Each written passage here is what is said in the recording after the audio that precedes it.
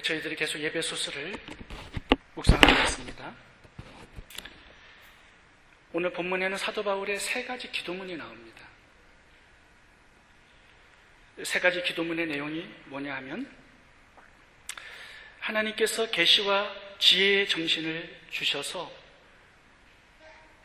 우리의 마음의 눈을 밝히셔서 세 가지를 알게 해달라는 기도입니다. 첫 번째는 우리의 부르심의 목적이 무엇인지, 두 번째는 우리들의 상급의 풍성함이 어떤 것인지, 세 번째는 하나님께서 우리에게 이미 주신 능력의 크심이 어떠한 것인지를 알게 해달라는 것입니다.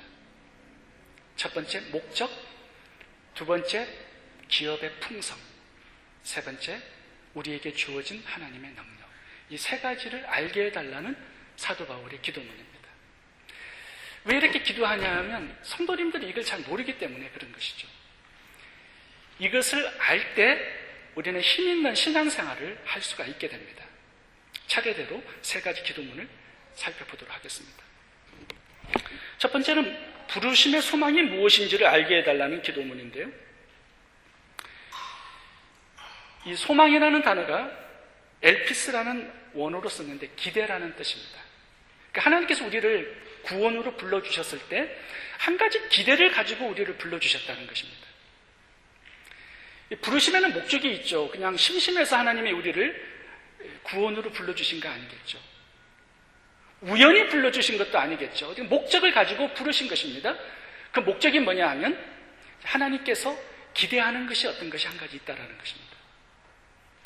사도 바울이 기도하는 것은 우리가 구원으로 부르심을 받았을 때 하나님께서 우리 인생에 기대하는 그것을 우리가 깨달을 수 있도록, 알 수 있도록 해달라는 것입니다. 알아야 되겠죠, 뭔지. 우리가 하나님의 자녀로 이렇게 구원으로 부르심을 받았습니다. 근데 부르심을 받은 것이 어디로 부르심을 받았냐니까 중요한데요, 많은 성도님들이 이제 예수를 믿었기 때문에 복을 받겠구나라고 생각을 합니다. 그 자리로 불러주신 줄 알아요. 우리의 인생의 문제가 해결되고, 또 질병이 치유되고, 자녀들이 공부를 잘해서 좋은 대학 가고, 좋은 직장을 잡고, 형통한 인생을 사는 것으로 우리가 부름 받았다라고 생각을 합니다. 그것이 우리를 구원으로 부르신 목적일까요? 우리를 예수님의 핏값을 사고 부르신 목적이 우리의 부귀영화, 이 세상의 성공과 출세, 문제의 해결, 물질적인 축복, 이런 것 때문에 우리를 불러주신 것일까요?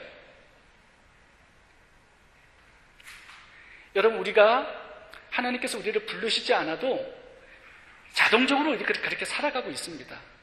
하나님께서 우리를 불러주셨다는 것은 예전과는 다른 소원, 다른 목적, 다른 인생의 방향으로 살아가게끔 불러주신 거예요. 그러니까 하나님의 목적, 기대, 소원이 있다는 것입니다. 구원받았다는 것은요, 우리의 소원이 바꾸어지는 것입니다. 옛날에는 돈을 많이 버는 것이었어요. 옛날에는 성공과 출세하는 것이었습니다. 부귀영화를 누리는 것이었습니다. 근데 그 소원이 바뀌는 거예요. 어떻게? 하나님의 기대, 하나님의 소원, 하나님의 목적, 하나님의 방향으로 바뀌는 겁니다. 그렇다면 하나님께서 우리를 구원으로 불러주신 목적, 방향은 어디일까요?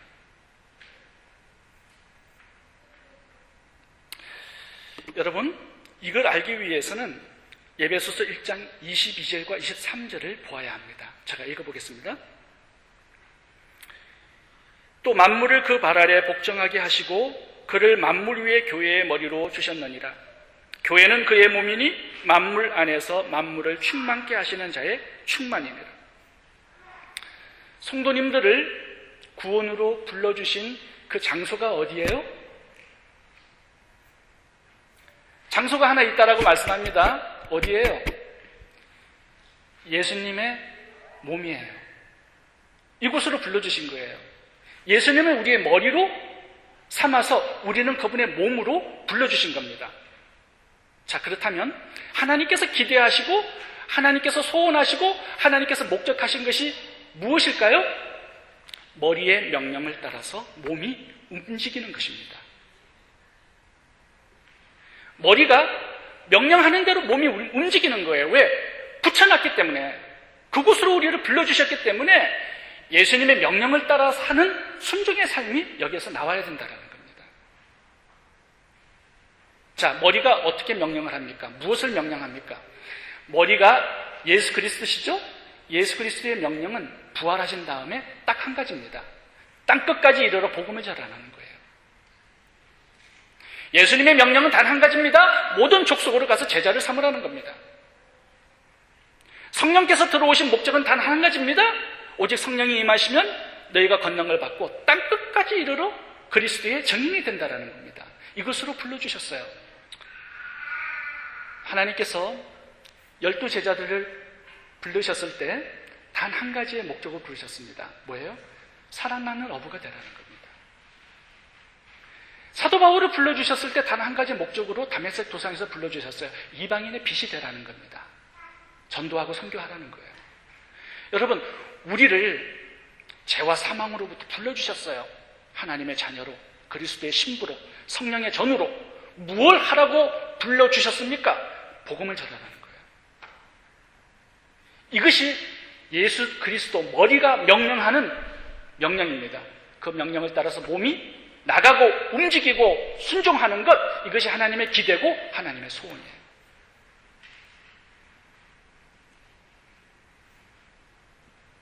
몸은요, 머리를 자랑하는 목적으로 하나님께서 붙여놓으신 겁니다. 몸이 나가가지고 자기를 자랑하고 자기 힘을 자랑해요. 이거 아닙니다. 머리를 드러내고, 머리를 자랑하고, 머리를 증거하고, 머리를 사람들에게 소개하는 겁니다. 왜요? 그래서 다른 사람들도 예수 그리스도를 머리 되게 하고, 예수 그리스도의 머리에 붙은 몸이 되게 하는 이 사명을 우리가 받은 것입니다. 많은 영혼들을 구원해서 예수 그리스도를 믿게 하는 것, 이것이 우리를 부르신 목적이에요.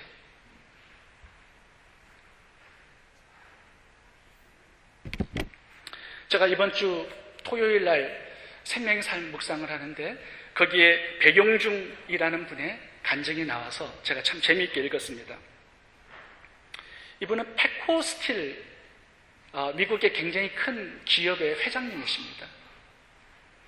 연세대학교에서 국비 장학생으로 유학을 오셔서 인디애나 스테이트 유니버시티에서 엔지니어링으로 학위를 땄습니다.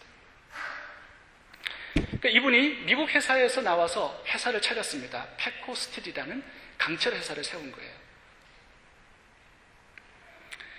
아이빔이라는 철강을 이제 생산해냈는데 이것이 미국 시장 점유율 60%를 차지하는 대기업이 된 것입니다. 경량강철에서는 세계에서 가장 큰 기업이 되었습니다. 60%의 시장을 장악했기 때문에 매출이 2 빌리언이 되었습니다. 한국인으로서는요, 최고의 부자가 된 겁니다. 근데 이분이 신앙이 좋은 장로님이세요. 그래서 교회들을 다니면서 간증 집회를 계속 하셨습니다. 이분이 예수를 믿기 전에는요, 최고의 기업이 되는 게 이분의 소원이었습니다. 가장 돈을 많이 버는 한국 사람이 되는 게 이분의 소원이었습니다. 그런데 예수를 믿고 난 다음에 이분의 소원이 바뀐 거예요. 뭐냐면 머리를 드러내고 자랑하는 거예요. 어디를 가든지 예수 그리스도를 자랑하고 소개하고 증거하고 예수를 사람들이 믿게끔 하는 데 목적을 두고 남은 인생을 살아갔습니다. 그분이 인터뷰한 내용이 그 생명의 삶 마지막 부분에 실려 있었습니다. 제가 여러분들에게 좀 읽어드리기 원합니다. 낯선 이국 땅에서 제가 성공할 수 있었던 것은 우선 하나님이 사랑으로 돌봐주신 덕분입니다. 다음으로는 그 하나님의 교훈을 따라 매사에 성실히 임한 것을 들 수 있습니다. 난관에 부딪혔을 때마다 성경에서 교훈을 얻었습니다. 어려움이 생길 때마다 물건을 더 팔겠다고 생각하기보다는 기도와 말씀 속에서 고객의 필요를 알아가고자 했습니다. 그분이 책을 하나 쓰신 것이 한국의 베스트셀러가 되었습니다. 내용을 보면 하나님을 드러내고 그리스도를 소개하려고 하는 마음이 많이 묻어 있어요. 여러분, 우리가 어디로 부르심을 받았는가를 알아보는 것이 굉장히 중요합니다. 그리스도를 머리로 삼은 몸으로 우리가 부름을 받았습니다. 몸은 머리의 명령을 따라 순종하는 삶을 살아가야 됩니다. 그것이 땅끝까지 이르러 복음을 전하는 것입니다. 이것으로 부름 받았다라는 사실을 깨닫게 해달라고 사도 바울은 기도하고 있습니다. 우리가 깨달을 수 있기를 바랍니다. 두 번째, 기업의 영광의 풍성이 무엇인지를 알게 해달라는 것입니다. 여러분, 우리의 기업, 하늘나라의 우리의 상급이 무엇인지를 아는 것, 이거 굉장히 중요합니다. 왜냐하면 이것을 알 때 이 세상을 포기할 수가 있습니다. 우리의 천국에서의 상급과 기업이 얼마나 풍성하다라는 것을 알아야만 이 땅에서 헌신이 나오고 충성이 나오고 희생이 나올 수가 있습니다. 그렇지 않고는요, 굉장히 인색한 신앙생활을 할 수밖에 없습니다. 그리고 모아야 되죠. 아무것도 없으니까. 그러니까 내가 너무 많이 받은 자인 것을 알 때만 나눌 수 있고 베풀 수 있고 흘려보낼 수가 있게 되는 것입니다.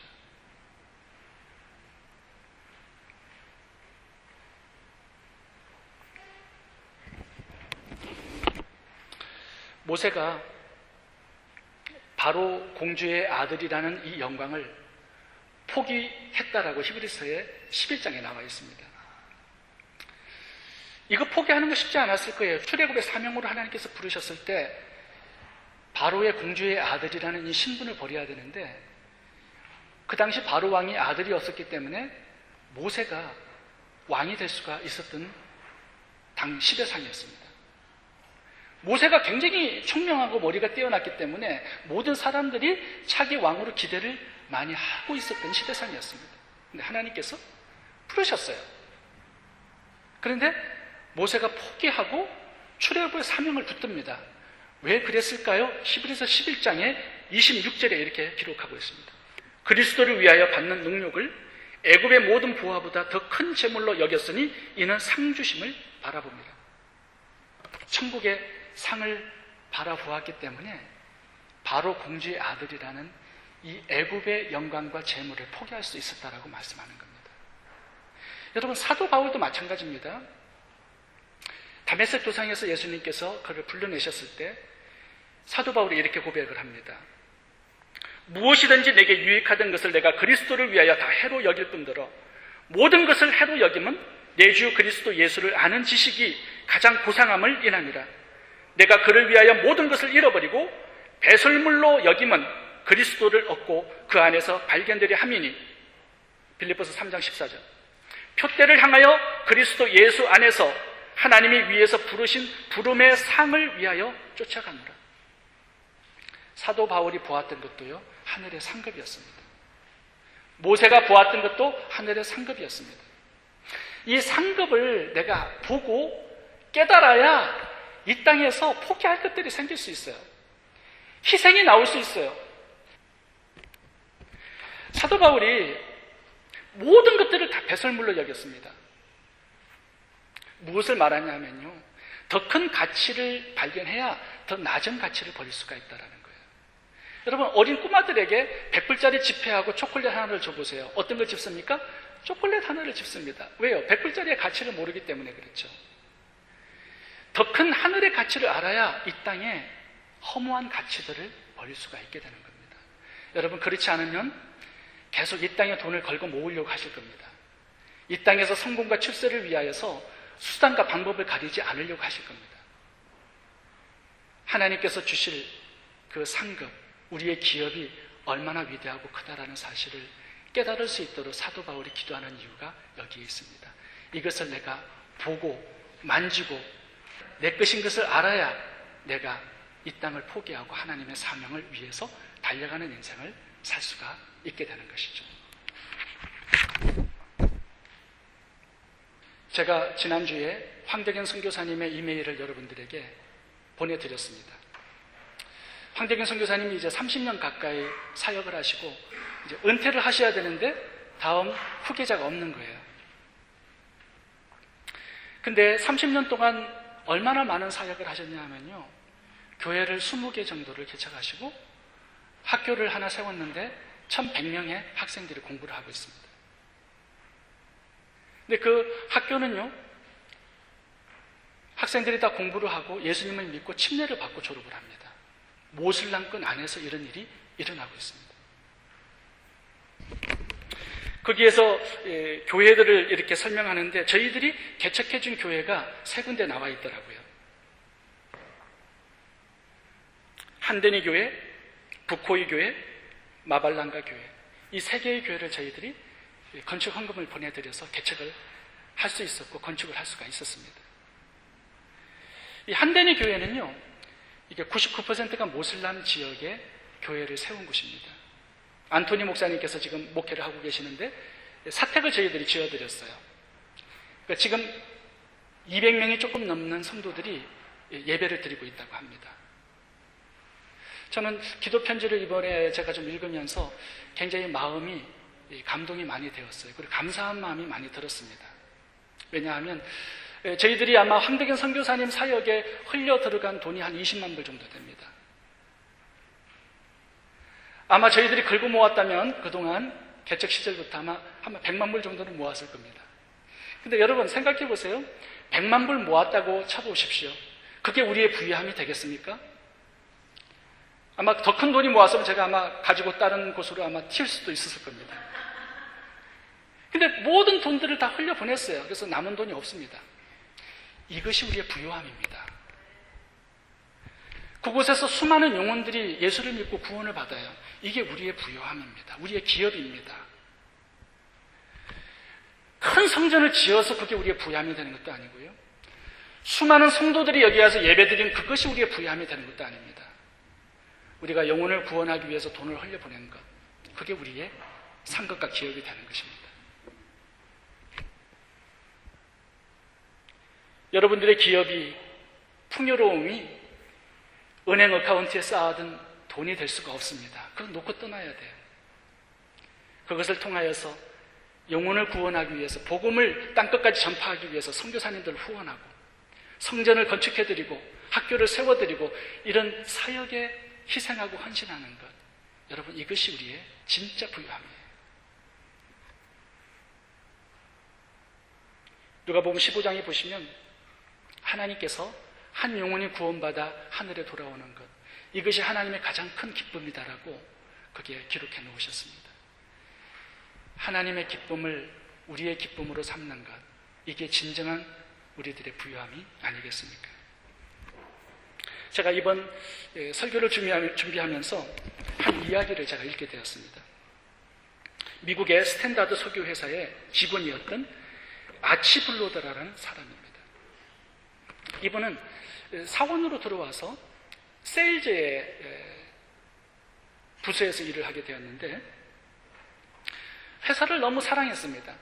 그래서 출장 가는 곳마다 이 스탠다드 회사를 자랑하는 거예요. 이 석유회사 직원이었기 때문에 세일즈를 하려고 하다 보니까 소개를 해야 되겠잖아요. 그래서 늘 사람들을 만날 때마다 이렇게 자랑했습니다. 한 통에 $4 스탠다드 석유. 사람을 만날 때마다 이것을 얘기하고요. 호텔에 숙박할 때마다 자기 이름을 쓰는 게 아니에요. 한 통에 $4 스탠다드 석유. 이렇게 써서 회사를 소개를 많이 하고 다녔습니다. 그래서 이분의 별명이 한 통에 $4라는 별명이 붙었습니다. 이제 이분이 되게 유명해졌어요. 그래서 스탠다드 오일의 회사 회장이었던 락펠러가 그를 불러서 식사를 함께 하게 되었습니다. 이 아치블로라는 사람이 회사를 자기보다 더 사랑하는 거예요. 더 소중하게 여기고 사람들에게 소개를 하고 다니는 겁니다. 이 사람이 마음에 들어서 승진을 시켜줬습니다. 근데 중요한 것은요, 이 락펠러가 은퇴를 하면서 후계자를 누구를 세웠냐면 아치블로라는 이 사람을 석유회사 회장으로 세우고 은퇴를 했습니다. 그래서 락펠러 다음에 2대 회장이 아치블로라는 사람입니다. 스탠다드 오일. 여러분 한번 생각해 보세요. 하나님의 나라가 여기 있습니다. 그 나라를 너무나 사랑합니다. 너무나 가치 있게 여깁니다. 그 회사의 주인이신 예수님을 사람들에게 소개합니다. 자랑합니다. 증거합니다. 누구를 하나님의 나라가 올 때, 예수님께서 재림하실 때 누구를 선발해서 중요 요직에 세우겠습니까? 그 나라를 위해서 일한 사람들, 이 1등 공신들을 다음 하나님의 나라가 임할 때 요직에 세우지 않겠습니까? 우리를 예수 그리스도의 몸으로 불러주셨습니다. 그 머리를 자랑하고 드러내고 증거하는 이 사명을 감당하는 것, 그것이 우리의 부요함이고 우리의 기업이다라는 사실을 깨달을 수 있기를 바랍니다. 마지막으로 하나 더 살펴보겠습니다. 우리 속에 부여하신 하나님의 능력이 얼마나 큰가를 깨닫게 해달라고 기도하고 있습니다. 근데 여기서 중요한 것은 과거 완료형입니다. 우리에게 부어주신 하나님의 능력이 얼마나 큰지를 알라라고 말씀을 합니다. 우리가 늘 하나님 능력을 주세요, 힘을 주세요 이렇게 많이 기도하지 않습니까? 그런데 하나님께서는 이미 너희들 속에 능력을 부어주었다, 하나님의 힘과 권능을 부어주었다, 이렇게 과거 완료형으로 말씀하고 있습니다. 19절을 가보시면 힘, 강력, 역사, 능력, 이 네 단어가 나옵니다. 하나님의 능력이 크다라는 사실이고 또 얼마나 크게 우리 속에 역사했는지를 이 네 단어로 표시를 하고 있는 것입니다. 이 하나님의 능력이 어떤 능력인지를 그 다음 구절에서 설명하고 있습니다. 첫 번째는 예수님을 죽은 자 가운데서 부활시킨 능력이고 예수님을 부활시켜서 하늘 보좌 우편에 승천케 하신 능력이다라고 소개를 합니다. 그리고 세 번째는 만물을 복종케 한 능력이다라고 말씀을 하시고 네 번째 마지막으로는 이 하나님의 능력이 우리를 예수님의 머리에 붙여놓은 예수님 머리에 몸이 되게 한 그 능력이다라고 네 가지로 설명을 하고 있습니다. 다시 정리해 보겠습니다. 하나님의 능력이 활동하는 것을 역사라고 부릅니다. 하나님의 능력이 어디에서 활동하고 파워가 릴리즈 되었습니까? 인류를 구원하는 이 일에 역사하셨다고 말씀합니다. 다시 말하면 하나님의 능력이 어디에 역사하는가를 보라는 겁니다.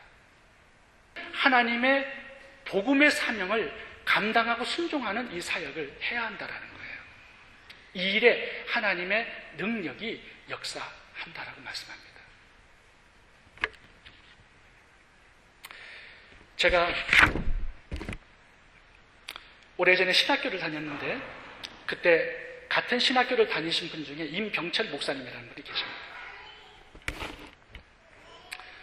그분은 선교사님으로 나가서 괌 바로 밑에 척이라는 굉장히 작은 원주민이 살고 있는 섬에 가서 선교를 하셨습니다. 3년 동안 원주민 신학교에서 강의를 하고 신학교에서 교수 사역을 하셨는데 병이 들어서 의사가 더 이상 살 수 없다라고 진단을 내려서 뉴욕으로 돌아오셨습니다. 근데 뉴욕으로 돌아왔는데 병이 조금씩 낫기 시작했어요. 그래서 개척교회를 시작을 하셨습니다. 근데 이분은 선교사님으로 갔다 오셨기 때문에 늘 선교의 사명에 아주 미쳐 있으셨습니다. 그래서 20명의 성도님들을 모시고 선교 사역을 하셨는데 얼마나 대단하게 이분이 선교 사역을 하셨는지요. 선교 사역을 하려고 마음을 가지니까 하나님께서 능력을 주셨습니다. 어떻게 능력을 주셨냐면 10가정입니다. 근데 헌금이 얼마나 들어오냐면요 1년에 60만 불이 들어오셨대요. 그럼 한 가정이 얼마 정도의 헌금을 한 겁니까? 5만 불 정도의 헌금을 한 거예요. 어떻게 이런 일이 일어날 수 있는지 아무도 모릅니다. 20명이 모이는 작은 교회인데요, 헌금은 뉴욕에서 가장 많은 선교를 할 수 있는 헌금이 되었습니다. 뉴욕에서 굉장히 소문이 많이 났습니다. 가장 많은 헌금을 선교주로 보내는 교회. 임병철 목사님께서 간증을 하시면서 이 말씀을 하셨습니다.